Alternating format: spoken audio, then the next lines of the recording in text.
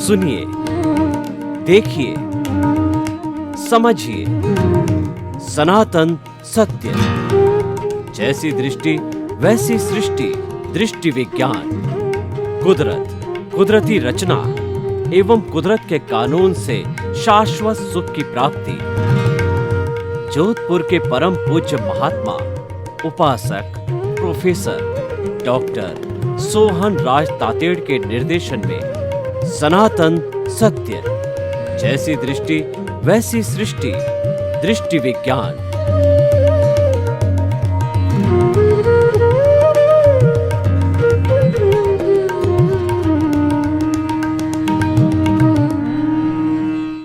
भाई और बहनों, मातृशक्ति को नमन। स्टूडियो में आपका हार्दिक स्वागत, अभिनंदन और सत्कार है। आत्मविज्ञान, साइंस ऑफ द सोल कार्यक्रम के अंतर्गत हम आपको सही दृष्टि, सही सोच, राइट विजन, राइट थिंकिंग देते हैं। हम आपको कुदरत, कुदरती रचना और कुदरत का कानून बताते हैं। उससे आपको सनातन सत्य, सनातन सुख की प्राप्ति होगी, यूनिवर्सल ट्रुथ मिलेगा, सार्वभौम सत्य मिलेगा और आपका जीवन आनंदित होगा। आपका जीवन खुशियों से भर जाएगा। आपके जीवन में ज्ञान का प्रकाश होगा। आपको महसूस होगा कि मैं कितना अच्छा जीवन जी रहा हूँ। ये सारा आत्मविज्ञान कार्यक्रम के तहत किया जाता है और उसमें हम अलग अलग नए विषय लेते हैं, प्रतिदिन नया विषय लेते हैं। आज का बहुत ही सुंदर विषय लेकर के हम आपके सामने प्रस्तुत हो रहे हैं। वह विषय है संघर्ष ही जीवन है। भाई और बहनों, कहा जाता है कि struggle is life, life is full of struggle. हमारे जीवन में संघर्ष ही चलता रहता है। संघर्ष का अर्थ होता है उतार चढ़ाव। कभी हमारी तरक्की होती है, कभी हमारी अवनति होती है। कभी हमको तिरस्कार मिलता है, कभी हमको सम्मान मिलता है। कभी हमारे जीवन में सुख आता है, कभी हमारे जीवन में कभी हमारे जीवन में दुख आता है। ये सब परिवर्तनशील है, क्योंकि संसार परिवर्तनशील है। संसार के लिए कहा गया है, जो संचरण करता है वो संसार कहलाता है। हर क्षण हर वस्तु बदलती रहती है। कैसे बदलती है? बच्चा जन्म लेता है तो बच्चा होता है, उसके बाद के अंदर वह जो है बड़ा होकर के बालक बन जाता है, युवा बन जाता है, किशोर बन जाता है और फिर प्रौढ़ हो जाता है, बुढ़ापा आता है, दुनिया से चला जाता है। ये सब क्या है? ये सब जीवन के पड़ाव है, ये सब जीवन का बदलाव है और ये हर वस्तु के अंदर बदलता है।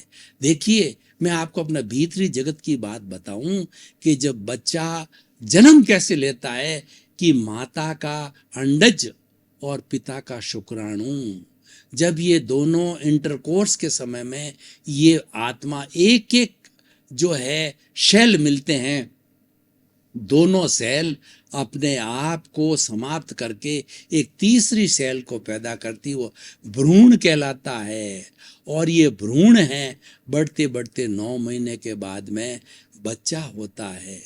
तो ये वहीं से जब दोनों का मिलकर के भ्रूण पैदा होता है, तभी से ही जीवन चालू हो जाता है, तभी से ही संघर्ष चालू हो जाता है और बदलाव आता है। मैं क्या कहना चाह रहा था कि ये दो कोशिकाएं जो आपस में मिलकर के एक बनी, फिर एक से मल्टीप्लाई 2, 2 से 4, 4 से जो 16, 16, 16 इंटू 4 128 ऐसे मल्टीप्लाई होता रहता। हमारे जीवन में भी ये कोशिकाएं हर क्षण मरती है और नई कोशिकाएं पैदा होती है, तभी शरीर जिंदा है। तो इसीलिए ये संसार में परिवर्तन हो रहा है, तभी ये संसार जिंदा है।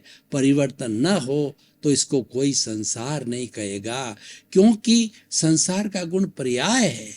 पर्याय का मतलब होता है उत्पाद व्यय।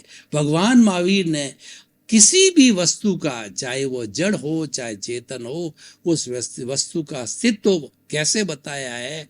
ये उन्होंने बताया, उत्पाद व्यय द्रव्यात्मक सत है। सत मतलब अस्तित्व। किसी वस्तु का अस्तित्व तब है जब उसमें उत्पाद यानी उत्पन्न होता है, व्यय यानी उसका विनाश होता है, खर्च होता है। लेकिन दोनों स्थितियों के अंदर वो द्रव्य मतलब वो शाश्वत है, वो मौजूद रहता है, तब वह वस्तु वस्तु कहलाती। मैं एक उदाहरण के द्वारा आपको बताना चाहता हूं कि एक महिला काफी समय से बैंगल्स पहन रही थी, उसने कुछ चेंज करना चाहिए। उसके मन में आया कि मैं नेकलेस बना दूं, आजकल नई नई डिजाइन आ रही है। तो उन्होंने जो है वह किसी ज्वेलरी वाले से बात करके अच्छा सा जो है वो सेटअप दे करके, अच्छा सी डिजाइन दे करके और नेकलेस बना दिया। तो ये जो नेकलेस हुआ वह उत्पाद हुआ, उत्पन्न हुआ, और बैंगल्स है वो टूट गई, उसका विनाश हुआ, ये व्यय हुआ है। अब आप दोनों स्थितियों में देखिए कि बैंगल्स भी सोना था, नेकलेस भी सोना है, वो द्रव्य कहलाता है। यानी दोनों स्थितियों के अंदर सोना सोना ही है। उसी तरीके से जैसे हमारी वो उसका सोने का अस्तित्व है, हमारी आत्मा है। आज बद नरक गति, तिर्यंच गति, मनुष्य गति, देव गति, 84 लाख जीवायु उत्पत्ति स्थान है। जीवों की संख्या तो असंख्य अनंत है। उन उत्पत्ति स्थानों में ये घूमती रहती है, संघर्ष करती रहती है। इसीलिए कहा गया कि संघर्ष जीवन है। अगर जीवन के अंदर स्ट्रगल न आए, संघर्ष न आए, तो जीवन हो ही नहीं सकता। वह तो मात्र जो है एक कहना चाहिए पिंड मात्र रह जाएगा। संघर्ष करने से ही मानव बनता है। इसलिए कहा भी गया है कि करत करत अभ्यास के और जड़मती होत सुजान, और रसरी आवत जान के और सल पर पड़त निशान। पुराने जमाने में चड़स से पानी निकाला जाता था, खुले कुएं होते थे, बिजली मोटरें नहीं थी। तो जो चड़स का जो डिब्बा है वो पानी के अंदर डाल करके उसके अंदर दो तरह की जो है रस्सियां चलती थी। एक रस्सी को तो टेपर के अंदर जो ऊंट है या बैलों की जोड़ी लेके जाती थी, और दूसरी रस्सी जो वापस घूम के आती थी, क्योंकि दोनों रस्सियां घूमेगा नहीं तो पानी निकलेगा नहीं। वह रस्सी जो है कुएं पर पड़े हुए जो है चट्टान या पत्थर के ऊपर बार बार घिसती, और उस जो है चट्टान के ऊपर जो है पत्थर के ऊपर भी जो है वह निशान बना देती, उसको घिस देती थी, क्योंकि बार बार अभ्यास किया जाता है। तो करत करत अभ्यास के जड़मती हो तो सुजान, यानी मूर्ख भी बार बार अभ्यास करने से विद्वान हो जाते हैं। तुलसीदास जी और हमारे बड़े बड़े कालिदास जैसे जो है ये महामूर्ख थे। ये महामूर्ख ने अभ्यास किया और विश्व के माने हुए कवि और रचनाकार बने। तुलसीदास जी बड़े संत बने, और जो है कालिदास जी बहुत बड़े जो है कवि और उपन्यासकार बने। तो ये सब जो है संघर्ष के कारण होता है। अगर आगे बढ़ना चाहते हो तो संघर्ष करते रहिए। संघर्ष हमारे जीवन को नई दिशा देता है। संघर्ष हमारे लिए नया उजाला लाता है। संघर्ष हमारा एक नया सूर्योदय करता है।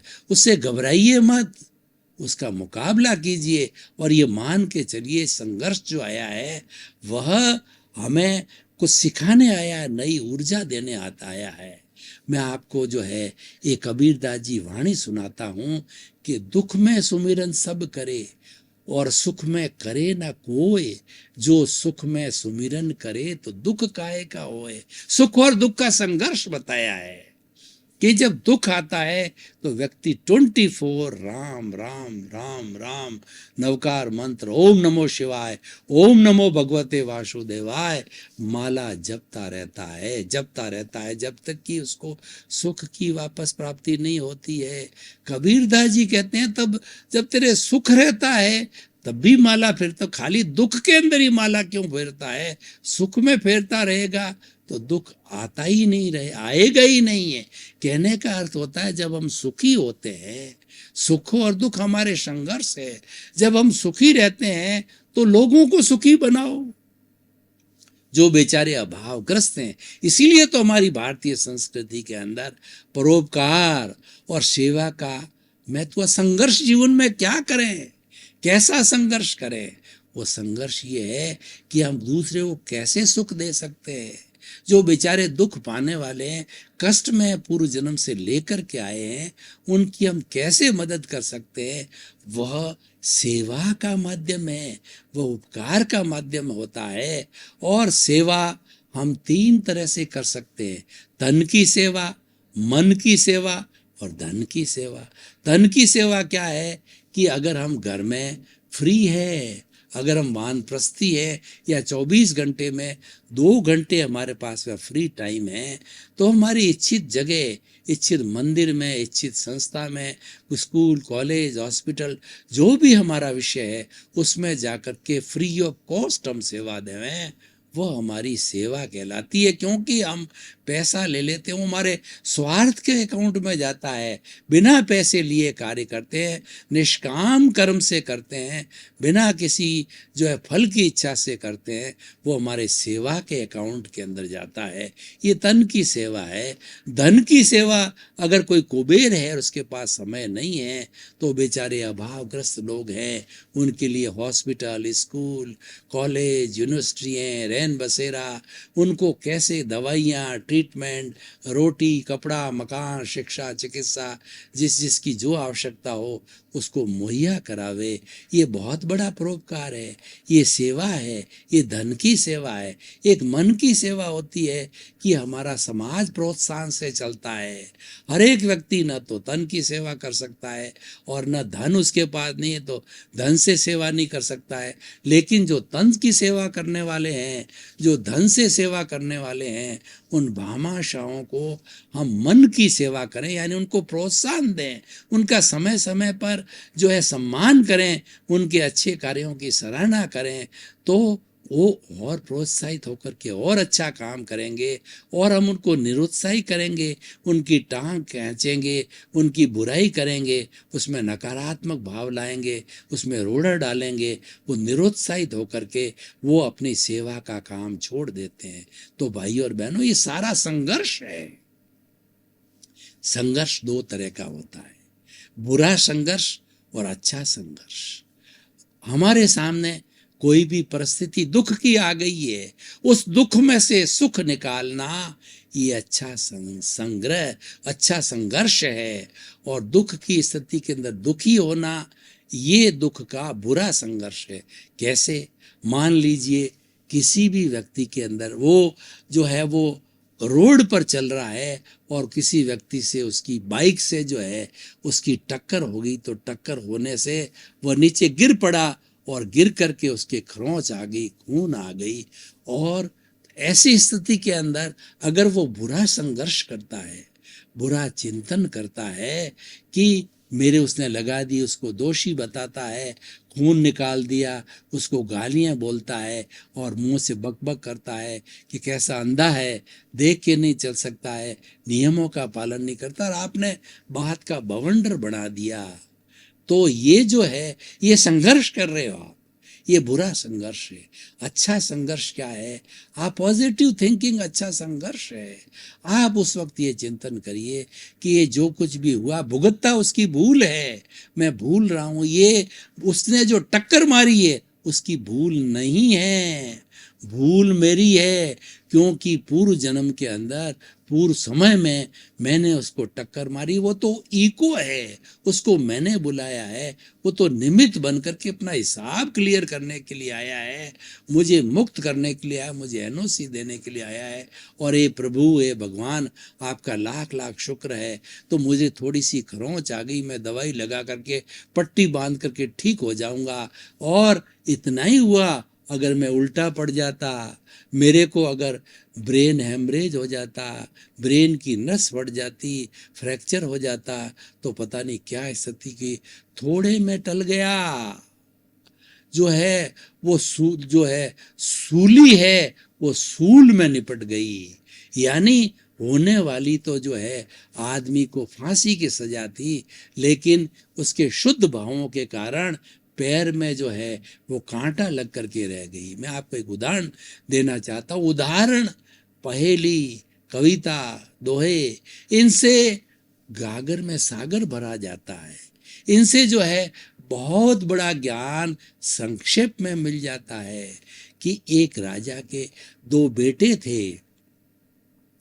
तो दोनों बेटे एक बार ज्योतिष के पास में गए, तो एक ज्योतिष ने कहा कि जो बड़े वाला बच्चा है, जो बड़ा होता है राजा का बेटा, वो राजा ही बनता है। तो उसको बड़े वाले बेटे को कहा कि तू जो है, तुझे जो है वो फांसी लगने वाली है। और छोटे बेटे को तो कहा कि तू जो है वह जो तू तू तू जो है वह तेरा बुरा होने वाला है, तेरा अच्छा होने वाला है। तो अब देखिए, जो जिसको कि फांसी लगने का बोला था, तो उसने क्या चिंतन किया। उसने देखा कि मैं तो बड़ा बेटा हूँ, मैं तो राजा बनने वाला हूँ, और ये फांसी की बात करते हैं। ज्योतिषी पे विश्वास था, तो उसी ने उसी क्षण धर्म आराधना प्रारंभ की। और धर्म आराधना प्रारंभ करते करते, प्रभु की भक्ति करते करते, और जिसका निश्चित समय जो उसका फांसी का आने वाला था, फांसी का मतलब उसके हाथ से कोई मर्डर या कुकृत्य होने वाला था, वह उसके धार्मिक कृत्यों के कारण जो है वह टल गया। और जब फांसी की सजा का समय आया, तो उसके पैर के अंदर एक बड़ी सूल लग करके, और वो सूली सूल, उसको दंड तो मिल गया लेकिन सूली सूल में बदल गई। अब दूसरा देखिए, उसको छोटे बेचों को कहा कि तू तो राजा बनने वाला है, तेरा तो बहुत बड़ा भला होने वाला है। तो उसने क्या किया, उस तो अहंकार में चला गया कि मैं तो देखो राजा बनूंगा, सब पे राज करूंगा, मुझे कौन रोकने वाला है। तो उसने जो है बुरा आचरण किया, अधर्म का आचरण चालू कर दिया। उसने खाने में, पीने में, बोल में, चाल में, व्यवहार में अपना व्यवहार जो है अधार्मिक करके, और उसको धीरे धीरे जो है वो आगे बढ़ता गया। तो क्या हुआ कि जब उसको राज तिलक का समय आने वाला था, तो उस राज तिलक के समय के अंदर उसकी बुराई के कारण, उसके पाप के कारण जो है वो शराबी बन गया, अय्यासी बन गया, और उसको राजा बनने के संयोग से टल गया। यानी ये देखिए कि बहुत कुछ होने वाला था, लेकिन वो सारा बिगाड़ क्यों होता है कि हम बुरे संघर्ष में चले जाते हैं। तो ये बात ये है कि अगर हमारे साथ में कोई तकलीफ हो गई, सुख में से, दुख में से सुख निकालने की हम स्थिति में आने चाहिए। ये अच्छा संघर्ष है, आप संघर्ष करते रहिए। संघर्ष के लिए एक बात और है कि संघर्ष जो है, पॉजिटिव संघर्ष क्या होता है, आप अपनी योग्यता को बढ़ाते रहिए, बढ़ाते रहिए। आप खूब परिश्रम कीजिए, गुणों को हाजिर कीजिए, और जो सबके साथ अच्छा बर्ताव कीजिए, पॉजिटिव थिंकिंग रखिए, किसी के प्रति बुरा चिंतन मत रखिए, आपकी लाइफ स्टाइल को अच्छी रखिए। तो धीरे धीरे जो है आपका सेल्फ डेवलपमेंट होता रहेगा। और एक व्यक्ति दूसरे व्यक्ति कैसे होते हैं कि दूसरे वो जेलेसी वाले होते हैं, दूसरे के जो है सुख के अंदर वो दुखी होते हैं। वो ये देखते हैं कि मेरा पड़ोसी है, उसके जो है 5 मंजिला कैसे मकान बना, मेरे तो 2 मंजिला ही है। हे ईश्वर, उसका मकान गिर जावे, उसके बिजनेस में घाटा लग जावे, उसका बुरा हो जावे। तो वो अपना तो भला चाह रहा है, पर साथ साथ में दूसरे का बुरा चाह करके गलत पुरुषार्थ, वो गलत संघर्ष के द्वारा जो है अपना बुरा कर लेता, अहित कर लेता है, और उसका हित होने की जगह बुरा हो जाता है। तो संघर्ष जो करना है, किसी को मिटा के नहीं करना है, आपको अपनी योग्यता के आधार पर आगे बढ़ना है, किसी को गिरा करके आगे नहीं बढ़ना है। ये नेगेटिव संघर्ष है।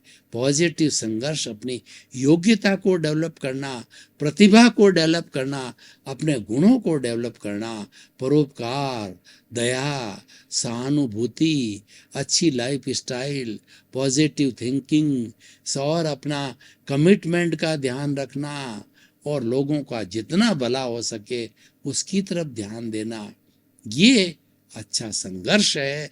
इससे हमारी लाइफ अच्छी बनती है, बुरे संघर्ष से लाइफ गिरती है। तो भाइयों और बहनों, जो आज का हमारा विषय है कि संघर्ष जीवन है, तो इस हम एपिसोड को आज ओपन टू द ऑडियंस करते हैं और इसकी रिलीवेंस, इसकी उपयोगिता, इसकी वायबिलिटी और ये किस तरीके से इंसान के लिए उपयोगी है, समाज, देश, विश्व, राष्ट्र के लिए उपयोगी है, तो हम आपको बताना चाहते हैं। अगर व्यक्ति इस फार्मूले चले कि संघर्ष ही जीवन है, संघर्ष कौन सा दुख में से सुख निकालने की कला है, वह अच्छा संघर्ष है। दुख में दुखी होना ये बुरा संघर्ष है, क्योंकि सुख दुख का नाम ही संघर्ष है। लेकिन उस संघर्ष का जो है आप कैसे मुकाबला करते हो, इस टेक्निक को जानना है। वो टेक्निक हमने आत्मविज्ञान कार्यक्रम के तहत बताई, क्योंकि आत्मविज्ञान कार्यक्रम है ये पॉजिटिव थिंकिंग पर आधारित है।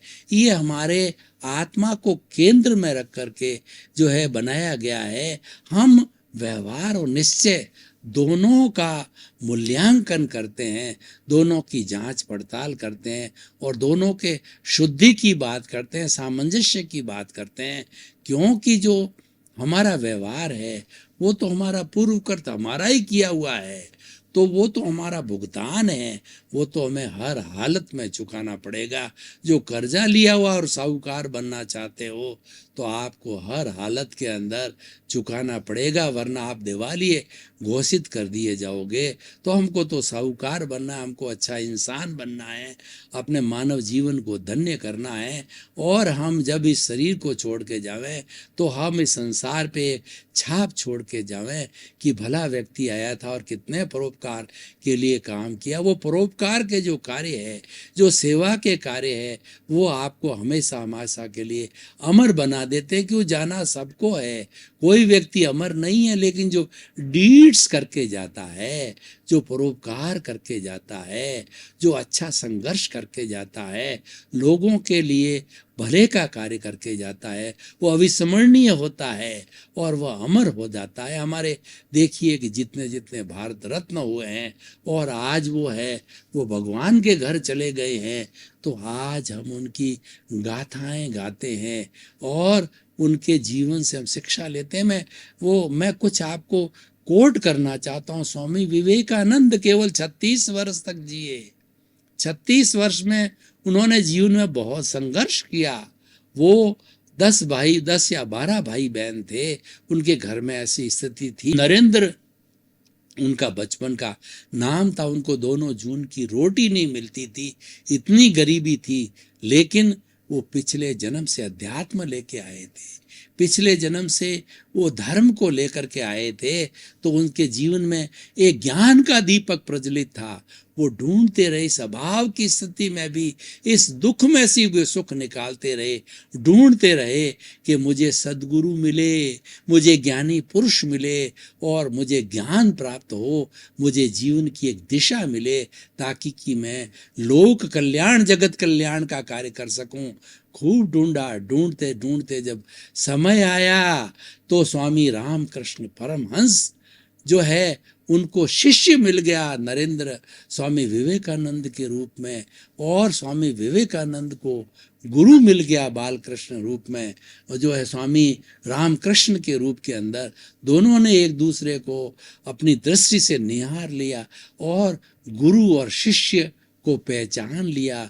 हमेशा हमेशा के लिए गुरु शिष्य बन गए। 36 वर्षों में उन्होंने कड़े संघर्ष के साथ में पूरे भारतवर्ष के अंदर घूमते रहे और हमारी भारतीय संस्कृति का प्रवचन देते रहे। प्रैक्टिकल वेदांत उन्होंने स्थापित किया।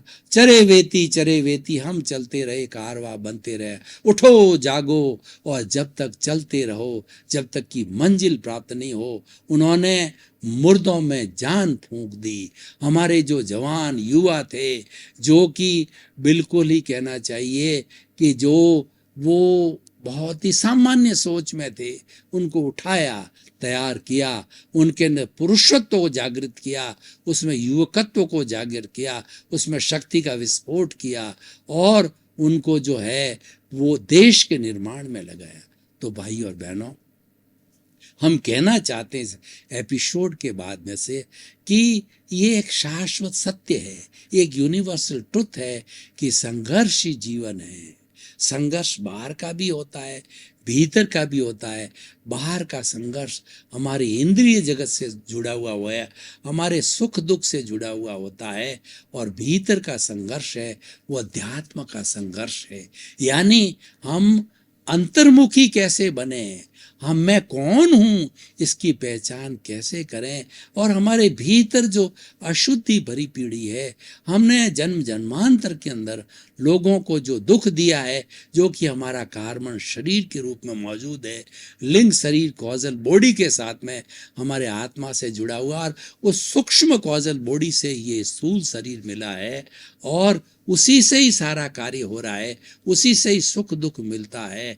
तो वही हमारा राग द्वेष, वही हमारा कषाय है, हमारे दोनों के एक अज्ञान है, वह एक वेल्डिंग है जो कि मेरे स्वानुभूति नहीं करना देता। उस वेल्डिंग को तोड़ना ये भीतर का संघर्ष है। उस अज्ञान को तोड़ करके ज्ञान का दीप प्रज्वलित करना, और वो ज्ञान का दीप कब प्रज्वलित होता है, जब सच्चा सदगुरु मिले, ज्ञानी पुरुष मिले। गुरु के लिए कहा गया है, गुरु गोविंद दाऊ खड़े और काके लागू पाए, बलियारी गुरु आपनी और गोविंद दियो बताए। गुरु और गोविंद यानी भगवान और गुरु दोनों हैं। तो जो है, जिन्होंने वो जो साधक है, जो स्टूडेंट, वो कहता है मैं किसके पहले पांव लगूं, मैं तो गुरु के पहले पांव लगूंगा, फिर ईश्वर के पांव लगूंगा, कि ईश्वर के दर्शन गुरु ने कराए। गु का मतलब होता है अंधकार, रू का मतलब होता है दूर करने वाला। गुरु वो ऐसा व्यक्ति होता है कि हमारे भीतर व्याप्त जो अज्ञान रूपी अंधकार को प्रकाश रूपी दीपक जला करके उसको दूर करता है। उस अंधकार के अंदर प्रकाश चलाता है दीपक का। दीपक के लिए कहा गया है कि घना तिमिर हो सदियों का, उसमें एक छोटा सा दिया जला दो तो तिमिर है प्रकाश में बदल जाता है। प्रकाश ज्ञान का प्रतीक है, अंधकार अज्ञान का प्रतीक है। हमारे भीतर जो अंधकार छिपा हुआ है, संघर्ष कीजिए, सदगुरु की तलाश कीजिए और उसकी भक्ति कीजिए, और वो आपको पहचान कराएगा, मैं कौन हूँ, मैं कहाँ से आया हूँ और मुझे कहाँ जाना है। जब आपने स्वयं को पहचान लिया, यानी पूरे विश्व को पहचान लिया। स्वयं का सुधार संसार की सबसे बड़ी सेवा है। जे पिंडे ते ब्रह्मांडे, आपने इस पिंड को जान लिया, अपने आप को जान लिया, यानी संपूर्ण ब्रह्मांड को जान लिया। ब्रह्मांड का प्रतिनिधित्व करने वाला पिंड है। पिंड जो है सारे ब्रह्मांड के अंदर व्याप्त है। दोनों एक दूसरे से जुड़े हुए हैं, एक सूक्ष्म है और एक स्थूल है। सूक्ष्म से स्थूल बनता है, सूक्ष्म बहुत पावरफुल होता है। एक छोटा सा मेमोरी कार्ड जो 100 GB का होता है, जिसके अंदर पूरा बड़े हॉल की सारी लाइब्रेरी एक जो है वो मेमोरी कार्ड अति सूक्ष्म आ जाती है। तो हमारा सूक्ष्म शरीर है, ये जन्म जन्मांतर से चल रहा है, इसको समाप्त करना है। ये सुख दुख का पुंज है, ये पुण्य पाप का पुंज है, ये अच्छाई बुराई का पुंज है, ये कषाय है, ये क्रोध मान माया लोभ का जो पुलिंदा है, इसको अलग करना है आत्मा से। क्योंकि ये है तो हम घूमते रहेंगे। ये जो हमारा जो कार्बन शरीर है, ये नए कर्मों को बुलाता है। आत्मा तो निष्क्रिय है, वो तो अनंत ज्ञान वाला है, अनंत दर्शन वाला है। भाई और बहनों, आपका बहुत बहुत धन्यवाद। आत्मविज्ञान कार्यक्रम के तहत हम आपको सही दृष्टि देते हैं, सही सृष्टि देते हैं, कुदरती रचना, कुदरत का कानून बताते हैं, सार्वभौम सत्य, यूनिवर्सल ट्रुथ, और आपको उससे सनातन सुख की प्राप्ति होती है, ब्लिस की प्राप्ति है। आप सब बंधनों से मुक्त होते हैं, आपका ज्ञान मिट के ज्ञान में बदलता है और आप ब्लिस को प्राप्त होते हैं, सनातन सुख को प्राप्त करते हैं। सर्वे भवन्तु सुखिनः, सर्वे भवन्तु निरामया। आपका जीवन आनंदमय हो, मंगलमय हो, कल्याणमय हो, सुखमय हो। आपके प्रति बहुत बहुत शुभकामनाएं।